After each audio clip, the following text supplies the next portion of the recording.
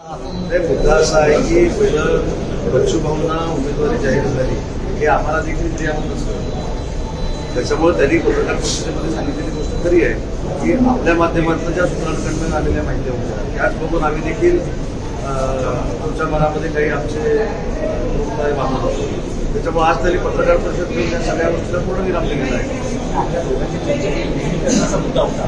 माझ्या आणि त्यांच्या चर्चेमध्ये मी जी पत्रकार परिषद घेतली त्याच्यामध्ये विधान परिषदेच्या बाबतीमध्ये उदय सामंत बरोबर मी चर्चा केली असं त्यांनी म्हटलं. त्यांची आणि माझी फोनवर चर्चा झाली.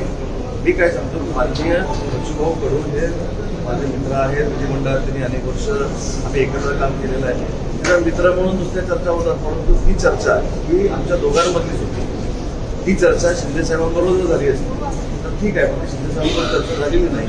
आणि मी सुरुवातीलाच सांगितलं की एकनाथ शिंदे साहेब राज्यसभा विधान परिषद विधानसभेची उमेदवारी सगळे निर्णय माननीय शिंदे साहेब घेत असतात आणि शिंदे साहेब 2 निर्णय विधान परिषदेच्या 2 जागांचा घेतील तर आम्हाला मान्य असेल.